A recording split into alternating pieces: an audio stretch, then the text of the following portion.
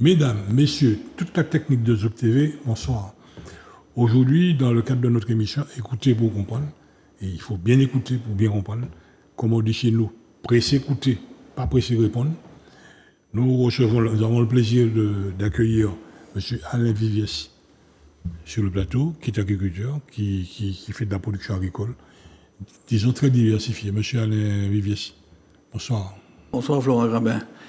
Merci de m'accueillir, merci de cette invitation. Je tiens à saluer tous les téléspectateurs, spectatrices de Zouk TV et ceux qui te portent un intérêt tout particulier dans ton émission. Merci, et puis merci d'avoir répondu favorablement à l'invitation. Vous n'êtes pas un ancien combattant de l'agriculture, mais vous avez quand même, dans votre rétroviseur, beaucoup de souvenirs agricoles. J'ai commencé l'agriculture en 93. Donc je ne suis pas un tout jeune agriculteur. On a connu pas mal d'époques et pas mal de rebonds et d'évolutions. Et c'est un métier qui bouge beaucoup, avec des coups d'essuie-glace et on repart régulièrement, toujours avec le renfort et le soutien de l'État. Et surtout, ça bouge beaucoup quand ça souffle. Absolument. C'est le cas en ce moment. En ce moment, l'agriculture est un peu secouée. L'agriculture européenne, certes, mais l'agriculture martiniquaise, tout spécialement. Oui, la météo n'est pas favorable en ce moment. Non, la météo n'est pas favorable. Il n'y a pas encore de vent de cyclone, mais on sent que ça rapproche. Alors, M. Viviès, à propos de météo, vous êtes en plein champ, vous voyez ce qui se passe. On voit le réchauffement climatique, ce que ça cause comme désagrément à la production. Alors, c'est peut-être compliqué à notre niveau d'analyser le réchauffement climatique pour une exploitation agricole. Il faut avoir des données quand même beaucoup plus larges pour pouvoir affirmer ces choses-là. Mais c'est vrai que dans notre zone, en tout cas, il y a une évolution des phénomènes cataclysmiques. Ils sont plus intenses, ils semblent être plus fréquents depuis une dizaine d'années.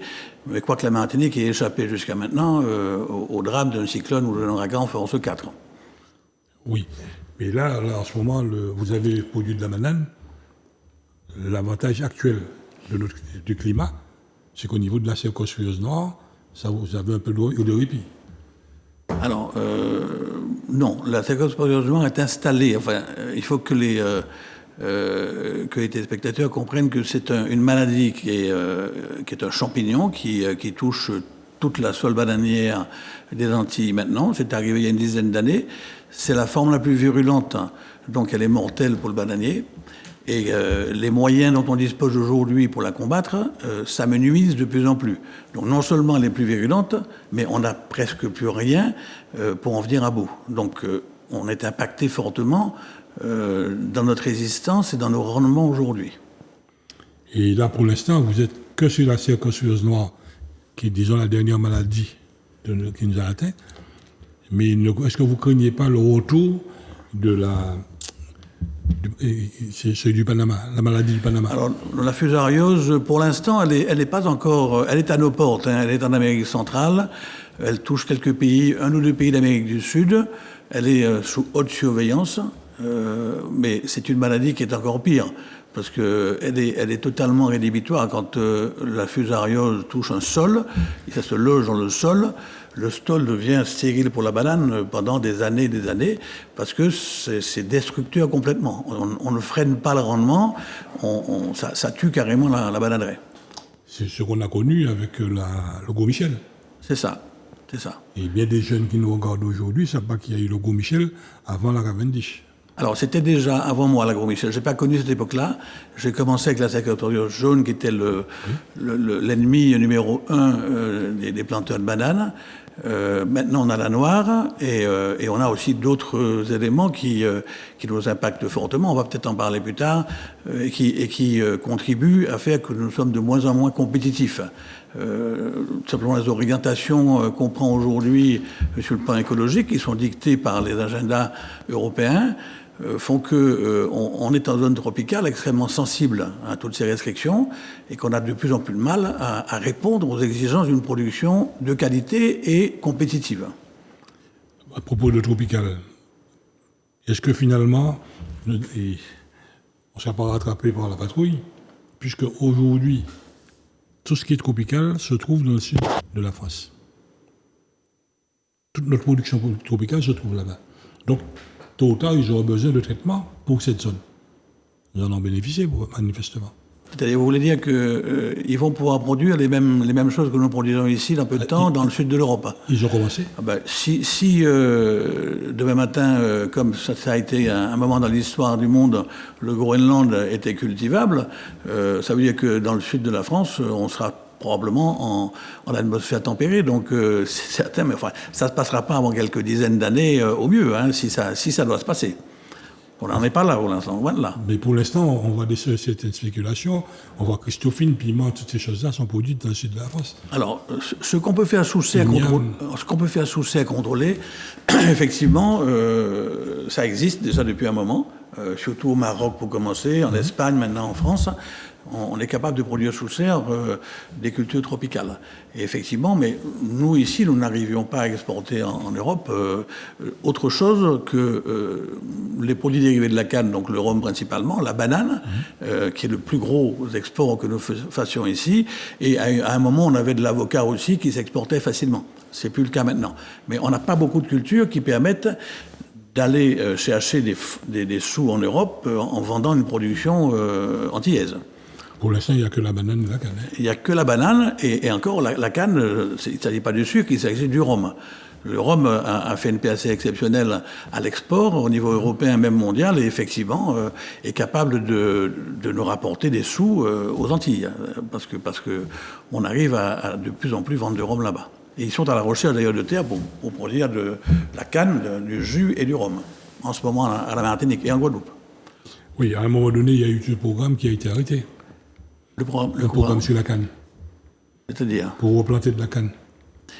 Le programme n'est pas arrêté aujourd'hui. On peut toujours replanter de la canne. Il y a toujours des aides qui sont accordées à la replantation, au transport de la canne.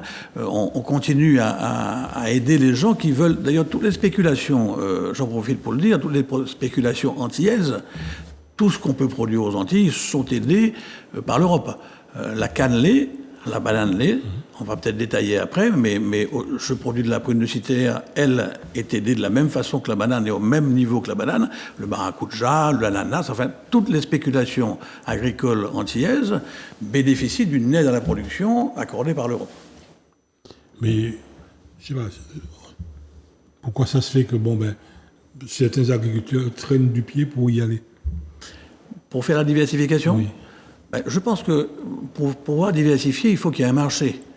La banane, on sait qu'il y a un marché européen qui est colossal, puisqu'il y a 6 millions, 5,5 ou 6 millions de tonnes de bananes qui sont absorbées par les Européens.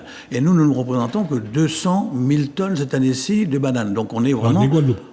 Martinique, Guadeloupe, associés. On est 3 fois rien de ce marché, donc on aurait pu en exporter encore beaucoup plus si on pouvait.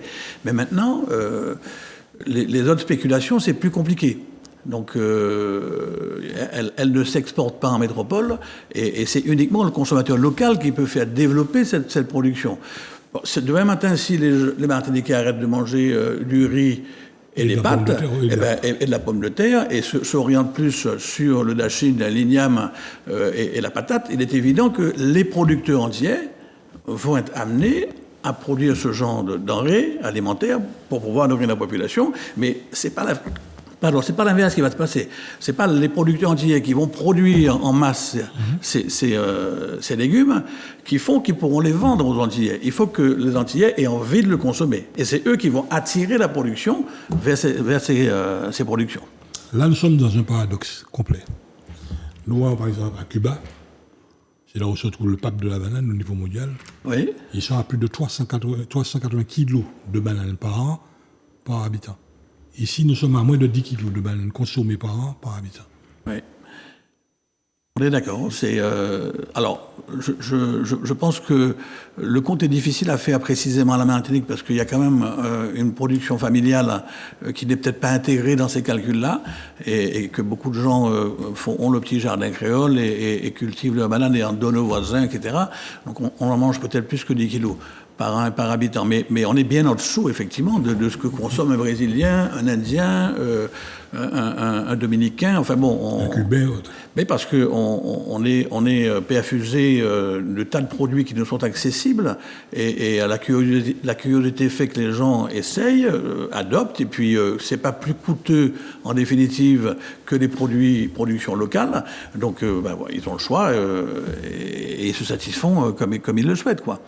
Oui, mais Alors que le Cubain, il a peut-être pas toute cette ouverture alimentaire. Il a, à mon avis, beaucoup plus de difficultés de s'alimenter avec des produits qui viennent du monde entier. Oui. Le Cubain, il produit beaucoup de choses, mais il consomme localement. C'est ça. Et toute la difficulté dans l'affaire, c'est que lorsque nous regardons la valeur nutritive de la banane par rapport à la pomme de terre et bien d'autres choses... Bien sûr. Non, mais c'est un fruit fabuleux, la banane. Tout le monde sait ça, que c'est un fruit fabuleux, qui a une grosse valeur nutritive, mais qui a aussi des oligo-éléments. Enfin bon, c'est un fruit qui est conseillé d'ailleurs chez les sportifs. Tout le corps médical le reconnaît. C'est un aliment qui est sain et qui est bien pour l'équilibre. Mais bon, il y a une culture qu'il faut développer dans les habitudes alimentaires des gens. Ça doit commencer, à mon avis, dans les familles et à l'école, pour reprendre petit à petit la main sur ce que nous pouvons produire ici. Il y a beaucoup de choses qu'on peut produire ici et qui sont, à mon avis, bien supérieures à ce que nous importons actuellement du reste du monde. Une chose est certaine, l'architecte du globe, quand il a fait ses différentes surfaces, il a mis tout ce qui sort de son sol pour alimenter celui qui vit sur ce sol. C'est sûr. Le modernisme a fait que nous importons de tout de partout, en ignorant ce qu'il y a ici. Et l'avantage que nous avons en Martinique, quand on regarde toute la Caraïbe, seule la Martinique a cet avantage, les saisons. Nous avons tout ce qui est en termes de saison. On ne trouve pas des oranges à n'importe quelle partie de l'année. Ouais. On ne trouve pas des guénettes à n'importe quelle partie de l'année. C'est vrai. Oui, ça amène deux réflexions. La première, c'est qu'il y a quand même, je reviens sur ce qu'on disait tout à l'heure, en milieu tropical, beaucoup de maladies mortelles. Et aujourd'hui, on refuse d'admettre qu'il est nécessaire, la plante est un être vivant, comme nous, et on refuse d'admettre qu'elle a parfois des maladies graves. Et que comme vous, parfois, quand vous avez une méningite, il vous faut des antibiotiques pour survivre, et bien la plante, si on ne lui donne pas non plus, à un moment donné, quand elle est atteinte par une maladie grave ou mortelle, le médicament qu'il lui faut, et bien elle va mourir. Et ça, en milieu tropical, on a beaucoup de maladies qui se développent, aussi bien parasitaires que bactériennes que virales. Et on a une restriction considérable des moyens de lutte. Je ne vous dis pas que ce n'est pas fondé, mais en tout cas, c'est le constat. La poussée écologique européenne fait que les produits ont quasiment disparu et que nous, ici, aux Antilles, avec ce foisonnement de maladies, on a beaucoup de mal à faire face. Oui, mais là encore, c'est pareil. Toutes ces données, toutes ces obligations d'usage de pesticides et autres, que nous avons connues par le passé, qu'on a combattu, et que le monde de la banane a compris et aussi a reculé sur la consommation. Il y a des produits qui sont adaptés à ici, il y a un mode de production local qui n'a rien à voir avec le national et que nous avons réformé. Oui, on est aujourd'hui rentré dans ce qu'on appelle une agriculture raisonnée. Ils appellent ça agriculture durable aussi, enfin agriculture raisonnée, qui fait qu'on cherche effectivement à minimiser et à restreindre un maximum l'usage de produits chimiques. On est passé du tout chimique des années 80-90 à aujourd'hui une agriculture qui est de plus en plus raisonnée. Mais comme toujours, il y a une certaine élasticité, il y a une limite à nos possibilités, surtout dans le temps. On ne peut rien changer d'un coup de baguette magique. Donc, bien entendu, l'être humain est innovateur. Si on lui met le deal devant lui, il va trouver au fur et à mesure des solutions, mais il faut un certain temps pour qu'il y arrive. Si brutalement, on coupe tout et on dit débrouillez-vous, on est dans une difficulté noire. C'est pas possible d'évoluer et de résoudre ces problèmes en quelques années. Je prends par exemple le cas de l'enherbement aujourd'hui, puisqu'on a décidé que le désherbant doit disparaître. Bon, en pays tempérés comme l'Europe, ça pose des problèmes, mais des problèmes limités, puisque pendant 5-6 mois de l'année, ou 7 mois, les herbes poussent. En pays tropicaux comme ici, l'herbe pousse toute l'année, elle pousse drue, et elle est compétitive avec les cultures que l'on met en place. Donc, elles infligent une baisse de rendement notoire à ce qu'on met en place. Et en plus de ça, pour pouvoir les combattre et permettre l'accès de ces parcelles aux ouvriers qui y travaillent, on est obligé de tondre et de faire allons dire, une éradication mécanique des herbes. Mais tout ça, il faut être accompagné.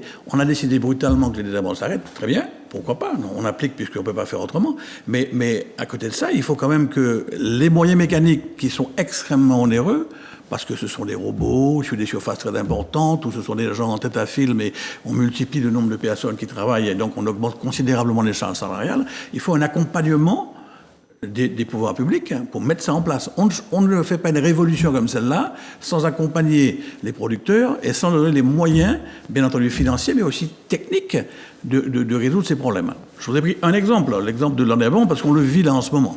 Oui, parce que l'enherbant a fait revenir toute la biodiversité. Oui. Bon. Les services qui fait la recherche sur les différents produits chimiques, qui donnent les autorisations, ont refusé pendant des années à entendre ce que la nature martiniquaise fait. Bien sûr. Bon, aujourd'hui, on a vu, en ce qui concerne la banane, le fait de laisser pousser l'herbe a fait revenir la biodiversité. On est d'accord. La fourmi, que nous appelons Formicomonda, mange les œufs des charançons, ce qui fait qu'on voit de moins en moins de charançons dans les plantations. Et on voit que nos bananiers résistent davantage. Et quand on circule en Martinique, on voit de moins en moins de bananiers au banné.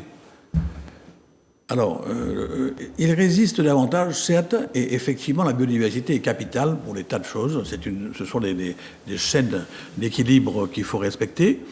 Mais il n'empêche que le bananier, quand même, toute culture que vous mettez en compétition avec une herbe qui est complètement débridée, elle en subit les contre-coups. Donc il faut malgré tout faire une régulation de cette herbe. Pas pour autant qu'on enlève la biodiversité, parce qu'elle vit dans les racines, elle vit près du sol. On n'a pas détruit la biodiversité, mais il faut la tondre. Sinon, il y a une compétition qui est compliquée à assumer, et la baisse de rendement, par exemple, qui est infligée par cette tonte mécanique, elle n'est pas prise en compte dans les régimes qui n'avaient pas pris ça en compte à l'époque. Donc les régimes, il faut qu'ils s'adaptent, il faut qu'ils se réforment et il faut qu'ils se renégocient. Ce qui n'est pas le cas aujourd'hui. L'État français a du mal à s'adapter à ces contraintes qu'il a lui-même infligées aux producteurs. Il inflige, par exemple, l'arrêt du traitement aérien, l'arrêt des pesticides pour traiter, très bien. On est tous d'accord là-dessus, mais pour autant, il faut accompagner. On enlève les désherbants, il faut mettre des robots parce qu'il y a des dizaines d'hectares à couper. Il faut qu'il y ait ici des gens qui puissent effectivement proposer ces robots, qu'il y ait une maintenance derrière ça parce que c'est pas Ticoco qui peut faire ça dans son coin sous son garage, c'est impossible. Donc il faut impérativement accompagner les producteurs et puis il faut les former à ces nouvelles techniques. Alors une chose justement. Quand on regarde la production dans notre banane, la valeur nutritive. Oui. On sait qu'au niveau de la banane n'a plus performante gustativement et haute. Elle sort de la Martinique. Hein. Et cette forte valeur ajoutée, je n'ai pas encore compris pourquoi l'État ne veut pas vous accompagner sur ce volet pour justement continuer à produire. Alors, il n'y a pas de différence. Alors, sur le plan gustatif, il y a des inconditionnels de la banane entière qui la trouvent bien meilleure. J'ai plein d'amis métropolitains qui me disent on ne veut que de la banane entière parce qu'elle est meilleure. Maintenant... la banane de montagne, par exemple. C'est effectivement un segment qui a été exploité et il y a des gens qui trouvent effectivement une différence gustative. Maintenant, si vous voulez, il n'y a pas de différence par contre sur le plan de la constitution des différents nutriments de la banane. C'est la même variété. Génétiquement, elle produit les mêmes choses. Peut-être que gustativement, effectivement, elle a une petite différence parce qu'elle ne mûrit pas pareil. Elle ne développe pas la quantité d'amidon qu'il faut pour qu'elle soit appréciée au palais au même moment. Enfin bon, voilà. Donc là, je peux pas me prononcer parce que le psychique joue aussi un peu un rôle là-dedans et beaucoup de gens portent la banane entière dans leur cœur et de toute façon la trouveront meilleure. Oui, mais c'est pareil. On a parlé de banane bio. Et quand la banane bio de production entière est arrivée sur le marché, on a vu arriver de la banane bio venant des pays tiers. Bien sûr.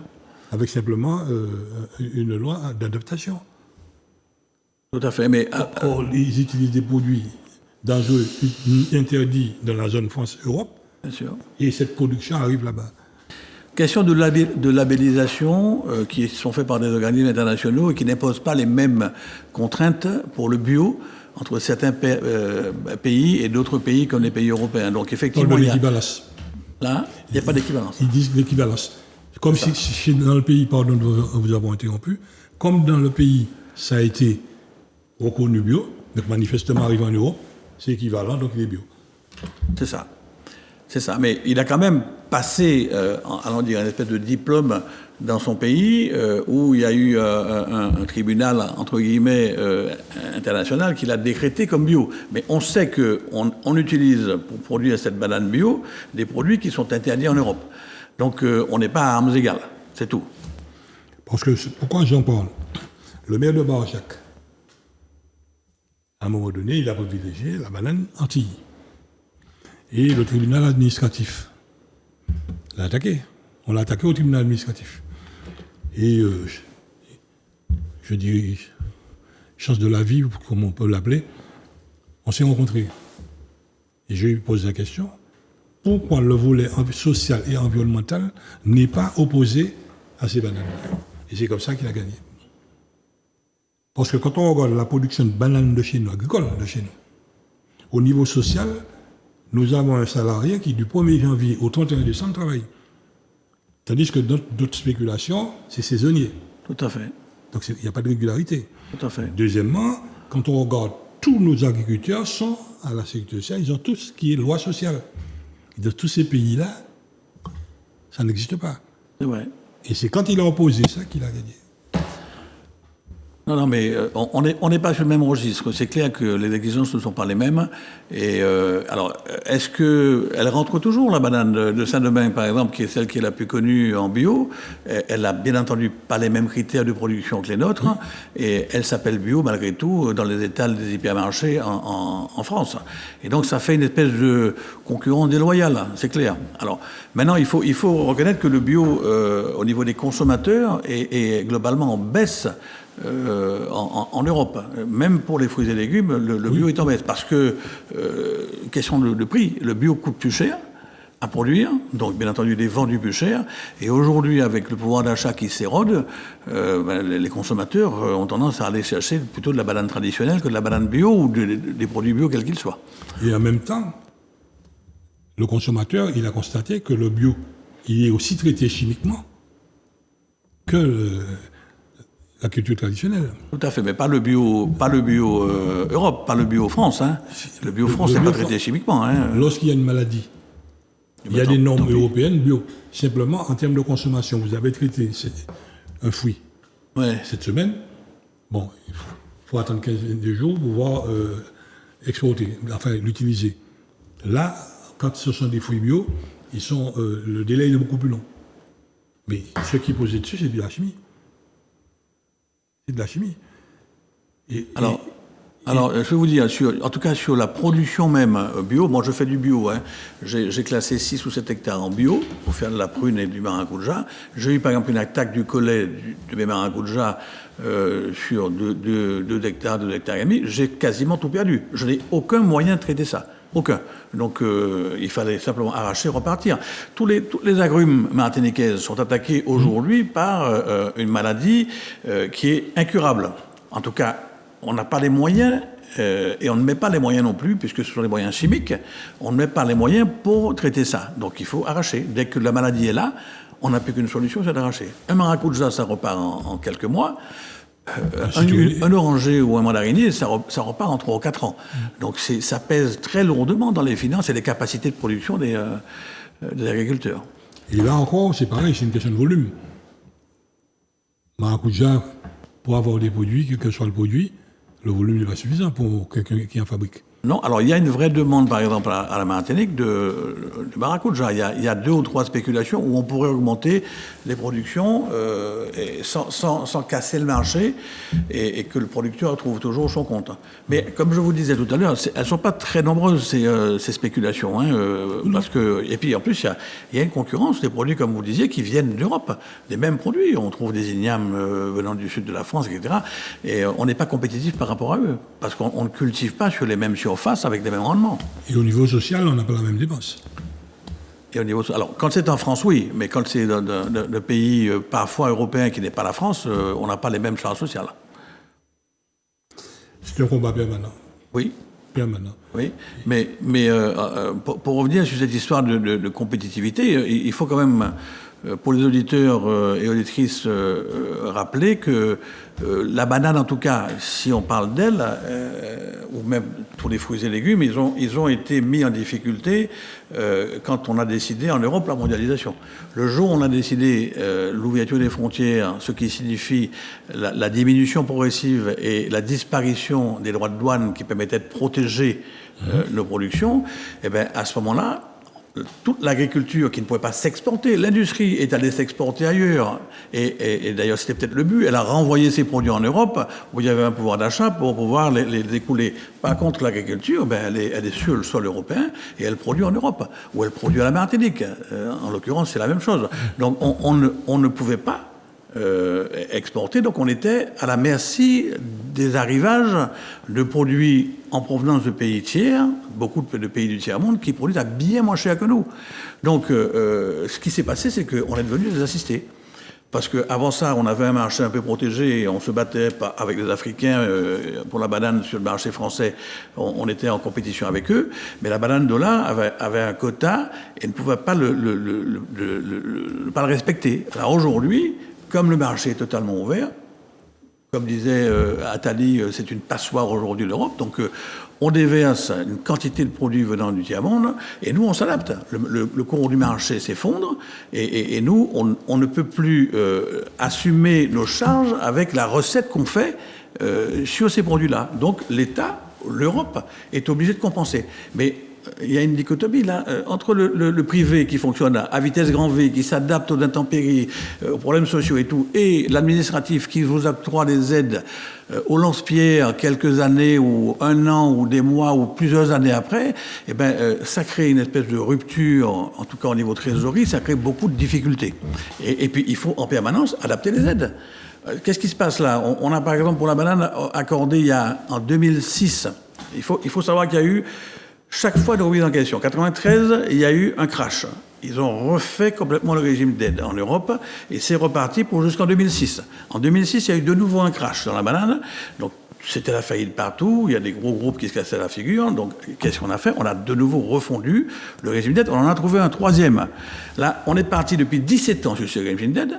Et l'aide qu'on a accordée en 2006 est la même que celle qu'on a aujourd'hui. Dans le même temps, les salaires ont augmenté de 44 à 50% pour certaines spéculations.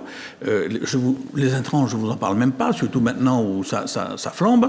Donc globalement, on a entre 35 et 50% d'augmentation de charges. Les recettes en face, ben, elles ont du mal à augmenter puisqu'on est concurrencé par des produits venant d'Afrique et d'Amérique du Sud et centrale. Ils sont bien plus compétitifs que nous, donc la recette augmente quand même malgré tout parce que les services commerciaux sont au combat et on a augmenté de 20 ou 25%, mais ça ne compense pas très largement. Et les ailes, elles ne bougent pas. Donc globalement, la profession, en tout cas la profession bananière aujourd'hui, est en difficulté. Elle connaît de grosses difficultés parce qu'il n'y a pas d'adaptation du système. Il est rigide, il est figé. Voilà.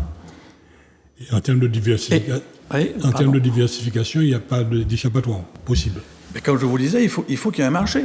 S'il y a un marché local, oui, il y a pas mal il y a des petits pans du territoire qui essayent de se réformer et de produire des choses diversifiées. Mais il faut qu'il y ait en face une clientèle qui consomme. Sinon, à quoi ça sert de faire des investissements pour produire si vous devez brader votre produit à la fin parce qu'il n'y a pas de consommateurs? Et on n'a pas trouvé pour l'instant d'autres productions à exporter en métropole. Si on en trouvait, ça serait très bien. La banane et la canne restent les deux produits qui, en cas d'intempérie majeure, et on n'est toujours pas à l'abri de ça à la Martinique, eh bien, ça se relève dans l'année. On est capable de repartir, l'entreprise repart dans l'année. Donc il faut la supporter pendant quelques mois, mais ensuite elle peut repartir. Les autres spéculations, on en a parlé tout à l'heure des fruits de cité, ou des maracujas, ou des oranges et autres. Une fois que c'est arraché, des avocats, il y en a pour 4 ans. Pendant 4 ans, le producteur n'a plus rien. Donc c'est compliqué. Et quand vous perdez un marché, vous exportez en métropole, Et puis pendant 4 ans, vous n'exportez plus. Eh bien, tous ceux qui vous achetaient vos produits vous ont déjà tourné le dos. Ils sont allés chercher ailleurs parce qu'il fallait bien qu'ils survivent. Donc, c'est très compliqué de trouver des choses qui puissent s'adapter à l'export. Et avec la production agricole, on ne peut pas coupler avec, disons, les animaux, les bovins et autres.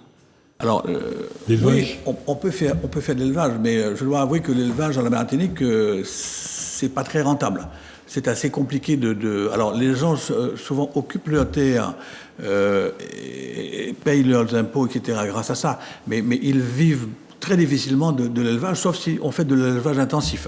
Si on passe sous abri et qu'on les booste, etc., il y en a qui s'en sortent. Hein. Mais en plein champ, c'est compliqué. Et d'ailleurs, en métropole, vous avez vu, hein, c'est la débandade complète dans la polyculture élevage. C'est très complet. Il y a une quantité d'exploitations en vente en France dans ce secteur-là. Et il y a beaucoup de suicides. Et il y a beaucoup de suicides, oui. Les agriculteurs, c'est une profession, c'est un peu comme les policiers qui est secouée, là. Très secouée. Et quand on regarde la viande locale, ça n'a rien à voir avec la viande importée. Alors, si on la mature, hein, maintenant qu'on la mature à la Martinique, c'est vrai qu'elle est exceptionnelle. Alors, avant ça, on n'avait pas de chambre de maturation, mais ils ont mis en place une chambre de maturation. Je parle de la viande de bœuf hein, oui, à la Martinique, et effectivement, alors, on a une viande exceptionnelle. On a tout pour réussir.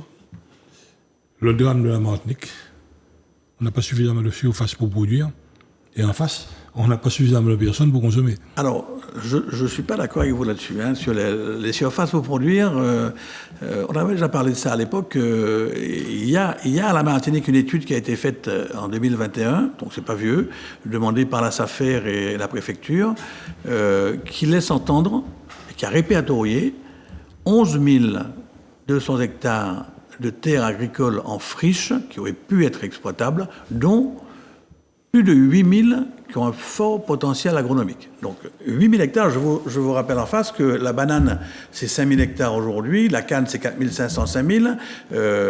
Voilà, donc on a quand même un énorme pan de territoire qui aurait pu être récupéré si on avait effectivement de jeunes agriculteurs intéressés par ce métier. Eh ben, on pourrait, l'administration et les politiques auraient pu récupérer ces terres. Bien entendu, il faut trouver des deals avec les propriétaires pour qu'ils soient garantis d'être rémunérés pour la location de leurs terres et qu'ils puissent les retrouver à la fin s'ils le souhaitent. Mais je pense qu'il faut adapter les choses pour que les propriétaires soient en confiance. Mais même ça, si un propriétaire, au bout de 3 ans, n'utilise pas ces terres et les laisse en friche, en principe, l'administration a le droit de le mettre en demeure, soit d'utiliser ces terres et de faire produire avec quelqu'un de son choix, soit de lui proposer et de lui imposer un locataire de ces terres qui puisse mettre en valeur ces terres. C'est ça, pour l'instant, la loi qui régit les rotations et l'utilisation des terres. Donc on a de quoi en Martinique. À mon avis, il y en a plus qu'il en faut pour les jeunes agriculteurs qui se présenteraient. Mais il faut avouer, une espèce de désamour global pour la profession, et parce que tout simplement, le secteur n'est pas, dans les perspectives actuelles, réjouissant. Donc les gens sont très hésitants. Je vois ça dans la banane.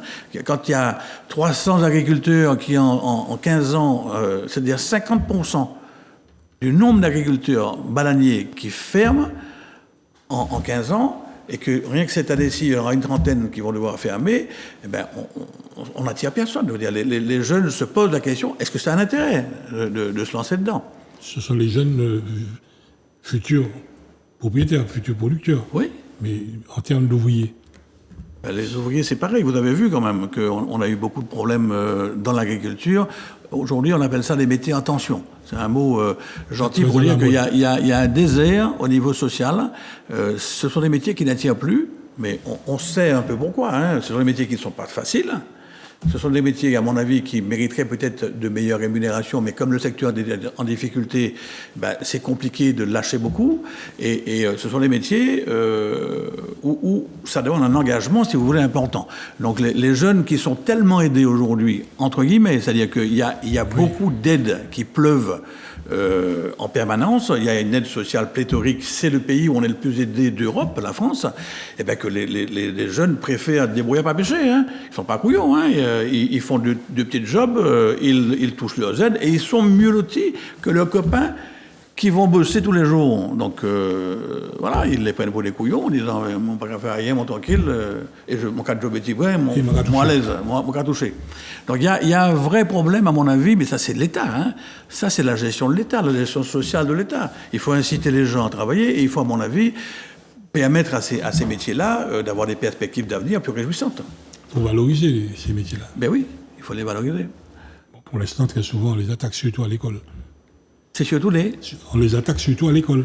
La première chose qu'on vous dit à l'école, ouais. Tu ne veux pas travailler, demain tu seras agriculteur. Exactement.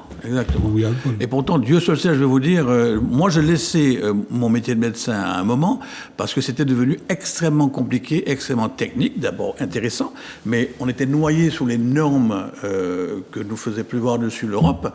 Et il y a un moment où je me suis dit, je peux pas, il faut impérativement se former, s'adapter et être présent pour pouvoir faire tourner la chose. Donc ce sont des métiers qui sont prenants, qui évoluent beaucoup, qui sont toujours sur la sellette et qui sont intellectuellement intéressants.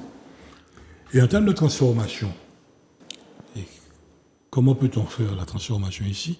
Quand on voit, par exemple, nous recevons des tonnes et des tonnes de cuves d'extrait de tout qui passent en transformation et il n'y a pas de cette production en face. Alors, dans quel type d'agriculture, quel type de fruits? Fruitiers ou autres. Nous prenons l'exemple de la goyave. Oui. On reçoit des fûts d'excès de goyave, de mangue autres. On les vend comme étant une production locale. Et finalement, c'est simplement de l'excès qu'on met de l'eau et puis finalement on fait des jus avec. Mais ça, j'ignorais ça, mais je ne connais pas spécifiquement le problème de la goyave, mais il y a des possibilités de produire avec un bon rendement la goyave à la Martinique. Et je pense que c'est un fruit qui est aidé aussi, la goyave. Donc je ne comprends pas pourquoi, effectivement, on ne peut pas s'autosuffire pour la consommation de goyave à la Martinique. On pourrait. Est-ce que là, il n'y a pas un problème comportemental au niveau de la population? Alors, la profession, vous voulez dire la grande distribution ou la profession agricole? La population. Ben, c'est plus facile d'entrer dans un champ goyave, plein confort et puis goyave, alors qu'on n'a pas produit exactement comme ça c'est produit pour l'ananas. L'ananas a disparu ici. Nous avons rencontré un producteur d'ananas qui, en une année, a perdu plus de 40% de sa production par le vol. Oui. Oui, ça c'est un problème à la Martinique pour les choses qui s'emportent facilement. C'est vrai que comme beaucoup de propriétés sont souvent ouvertes, à juste titre pour que les gens puissent se balader et respirer, il y a peut-être une tendance à faire un peu de fauche, quoi. Mais maintenant, je n'en connais pas la proportion et je ne sais pas si ça met en péril vraiment les exploitants agricoles, mais c'est vrai que c'est une tendance qu'on constate, que moi je constate chez moi en tout cas. Culturellement, à Cuba, culturellement, dans beaucoup de pays en Afrique, ça vient par l'esprit du consommateur de rentrer dans le champ et de se servir. Oui, mais même les régimes de bananes, on les prend en bord de route. Oui. C'est Dieu sait si un régime de bananes, il faut avoir envie d'aller couper le régime, le porter chez son dos, le mettre dans sa voiture, le transporter chez soi. C'est pas une mince affaire. Alors, quand c'est du maracuja ou l'ananas, on se ramasse, on se baisse et on ramasse. Donc ça, c'est beaucoup plus facile. J'ai vu, par exemple, dis-moi, j'ai vu de mes deux yeux, le compost. Le camion arrive, il bascule le compost sur le terrain, la benne n'est pas encore baissée, les coffres sont déjà remplis de compost. Ouais. Nous avons un problème sérieux là. Oui, mais ça c'est une question, à mon avis, de respect de l'autre et une question d'éducation à la base. Hein. À mon avis, il faut revoir la chose et ça se prend à la racine à l'école et dans les familles. Je suis pas sûr qu'à l'époque... alors, il y avait je me souviens qu'à l'époque, il y avait des fruits qui étaient autorisés à tout le monde parce que c'était des fruits de subsistance. À une époque où on avait du mal à manger à la Martinique. On a la les mangos, les fruits à pain, tout ça, partout... où ça existait, c'était à la disposition des gens et on ne regardait pas qui venait prendre ou pas prendre parce que on savait que c'était pour manger. Mais quand on fait une production aujourd'hui, industrielle ou pas, de produits qui se vendent sur le marché, c'est sûr qu'il faut respecter ça. Sinon, maintenant, encore une fois, c'est pas spécifique à la Martinique. Hein.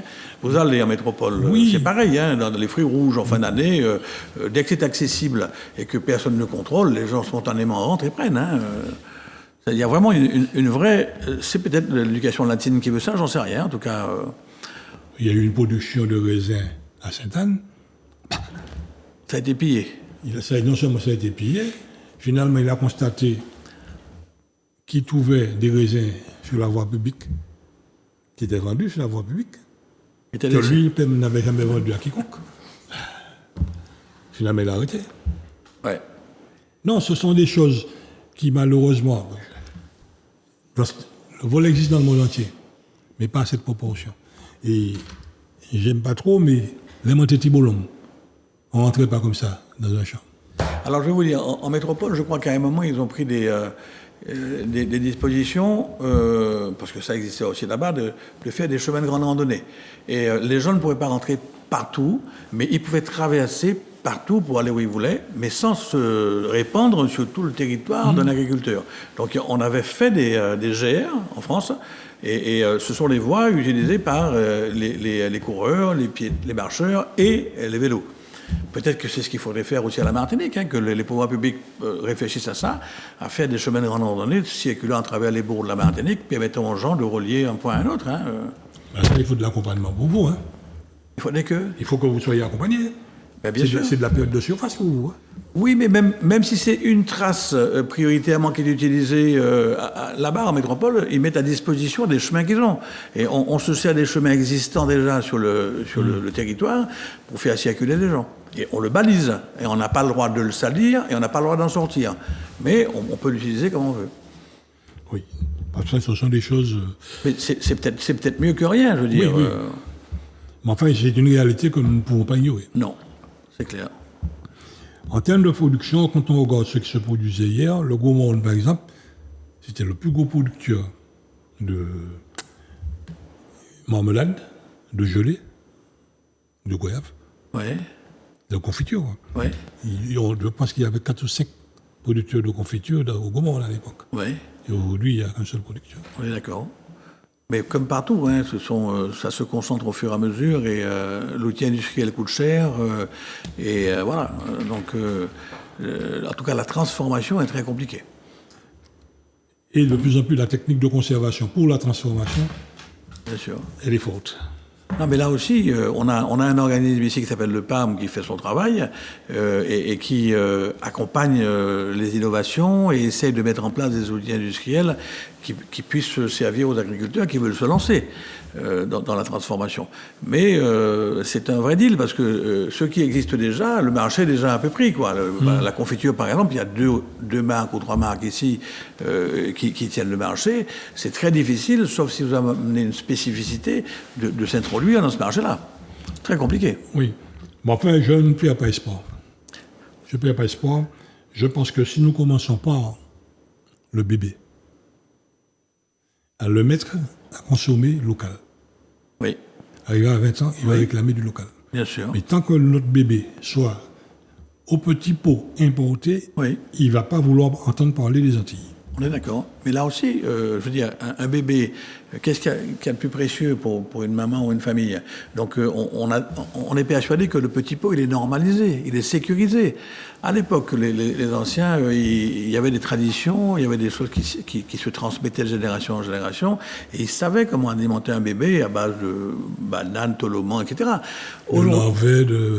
Aujourd'hui, quelle maman va prendre ce risque-là sans être aidée dans l'information pour ne pas faire prendre de risques à son bébé? Donc il y a effectivement toute une information qu'il faut organiser autour de ça et qu'il faut pouvoir diffuser au bon endroit, quoi. C'est pas si simple, hein.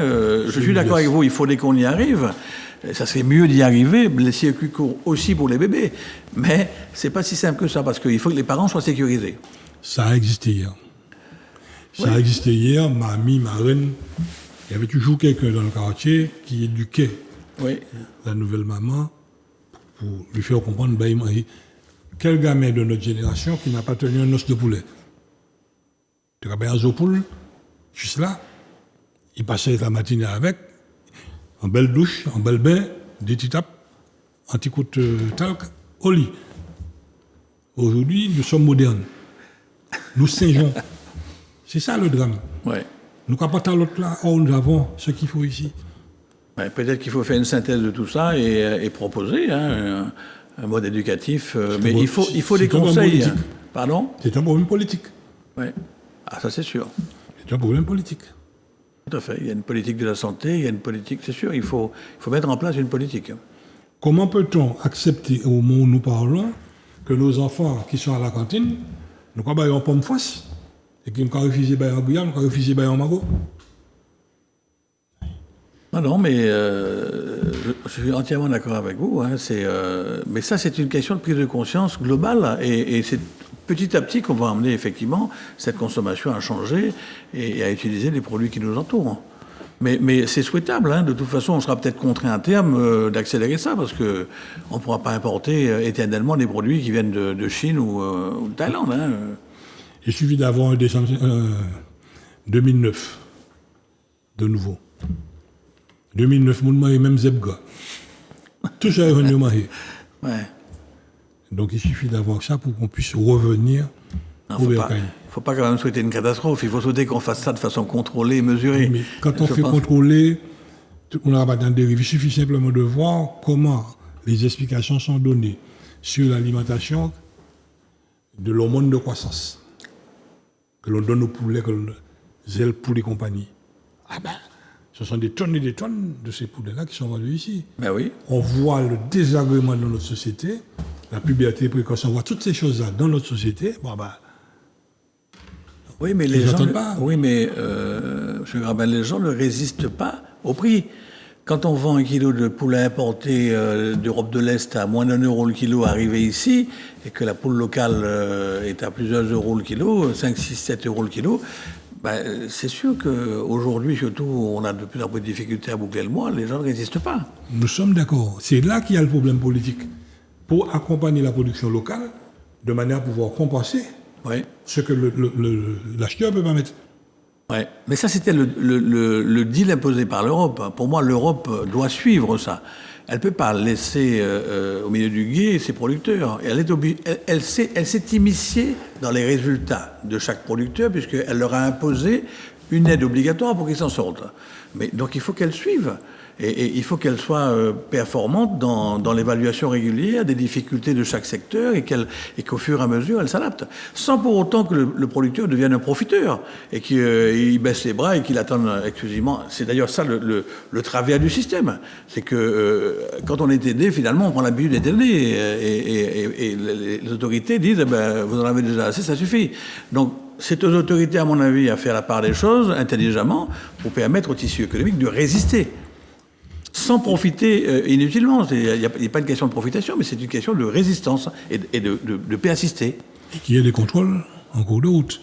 Or, quand nous constatons beaucoup de nos contrôleurs, tous ceux qui sont devant leur ordinateur, ils n'ont pas même pas en tête l'étude. Et ils parlent de défense de l'agriculture. Tous nos élus qui vont défendre l'agriculture, ils n'ont pas même savoir qui est ZGA. Ils n'ont pas même savoir qui est Zoti. Et ils vont défendre. Ouais. Là aussi, c'est donc, vous voulez dire qu'il faut faire des camps de rééducation pour nos politiques à la campagne. Il faut les emmener. Eh bien, on est d'accord. Moi, je suis porte ouverte. Il faut demain matin, 5h du matin, on va aller vers 4h, 5h. Pour aller au champ, il faut démicher là aussi, ça ce que c'est. Je suis entièrement d'accord avec vous. Il faut qu'ils mettent la main dans le cambouis. Eh oui. Or, malheureusement, administrativement parlant, ils sont diamétralement opposés à toute production. Ils ne savent pas comment ça se passe. Beaucoup à parler de pêche, il ne faut pas mettre ça pour mettre en lac dans un.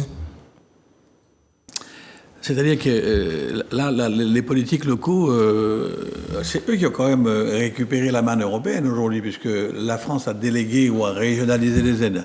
Donc les politiques locaux, ils sont en charge de distribuer les aides que l'Europe envoie, en principe, aux agriculteurs. Mais ils sélectionnent. Exactement. Mais ça, c'est le rôle de la politique.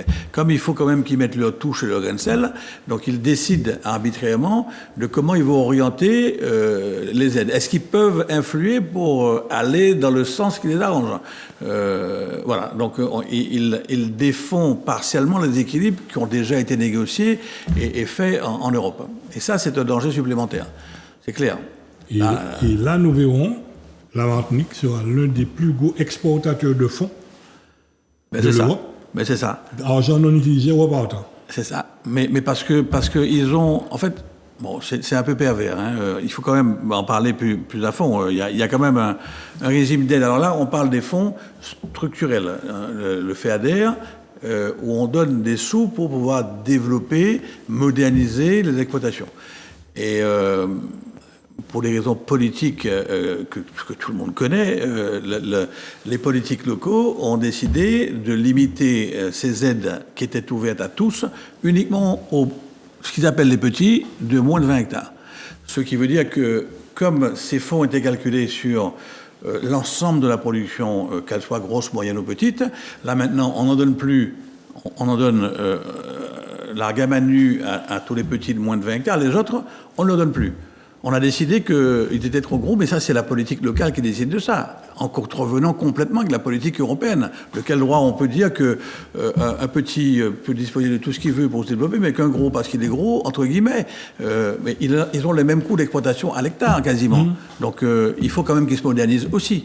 Donc, là, il y a eu, pendant plusieurs années, cette espèce de distorsion qui a été organisée par la CTM ici, et qui fait qu'il est resté, bien entendu, des sous, beaucoup de sous, puisque ce n'était pas utilisé. Ces fonds n'étaient pas consommés. Même si on voulait pousser la diversification et les petits à faire plein de choses, comme je vous disais, s'il n'y a pas de consommation, on ne peut pas diversifier à l'infini. Donc, on se retrouve avec des fonds importants qu'il va falloir consommer, sinon ils repartent. Et la Martinique est quasiment la dernière de la classe. Les fonds repartent et sont pris par d'autres départements qui sont peut-être moins sélectifs politiquement parlant, qui sont plus dynamiques, comme la Réunion par exemple, et qui captent ces fonds-là, qui non seulement utilisent plein pot 100% de leur enveloppe, mais qui récupèrent une partie des fonds des départements qui ne sont pas assez innovants et assez intelligents pour utiliser leurs fonds. Voilà.